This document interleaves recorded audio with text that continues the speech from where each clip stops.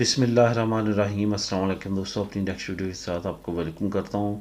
دوستوں، اس وقت جو سچویشن انگلینڈ کی ہے وہ آپ کے سامنے ہے۔ انگلینڈ نے بہت جلد بازی میں بغیر کیلکولیٹ کیے، بغیر اپنے تمام ورکرز کو، اپنے تمام سیکٹرز کو کیلکولیٹ کرنے کے بغیر جلد بازی میں بریکسٹ کیا، یعنی کہ یورپی یونین سے علیحدگی اختیار کی۔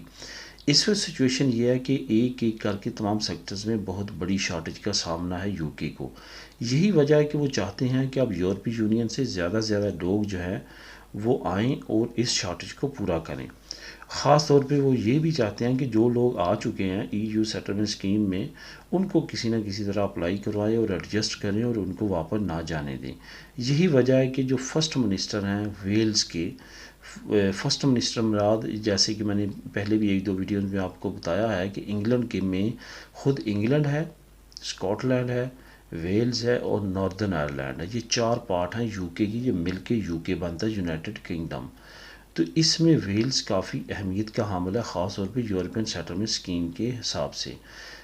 ویلز ایسا ایریا جہاں پہ سب سے کم لوگوں نے E U settlement scheme apply کی ہے، اور یہ واحد ایریا جہاں پہ بہت زیادہ لوگ ابھی رہتے ہیں اپلائی کرنے والے۔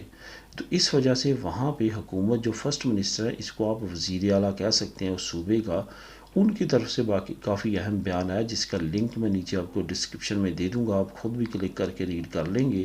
اس میں انہوں نے کہا ہے کہ ہم فل سپورٹ کریں گے یورپین سیٹلمنٹ اسکیم والوں کو اگر وہ اپلائی کرتے ہیں۔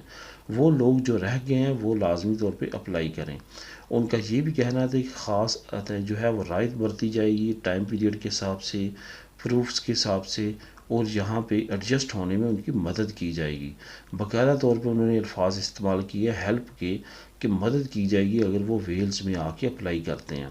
وہ لوگ جو دوسرے ایریاز میں اپلائی نہیں کر سکے، قاصر رہ چکے ہیں اپلائی کرنے میں، یا اپلائی نہیں کرنا چاہتے، ویلز میں ابھی بھی اپرچونٹی ہے، وہ وہاں پہ اپلائی کر سکتے ہیں اور سٹیٹس لے سکتے ہیں۔ یہاں پہ آپ کو یہ بھی بتاتا چلوں کہ چانسز ہیں جن کو ابھی مل رہی ہے، وہ بھی اگر اپلائی کرتے ہیں کہ پروف جو اگر ان کے پاس کوئی جینون ہے، کبھی وہ گئے ہوں 31 دسمبر 2020 سے پہلے یو کے میں، اگر ان کے پاس کوئی بھی پروف ہے تو وہ لازمی طور پہ لگا کے اگر جمع کرواتے ہیں تو ویلز میں ابھی بھی بہت زیادہ چانسز ہیں کہ انشاءاللہ تعالیٰ ان کو سٹیٹس مل جائے گا۔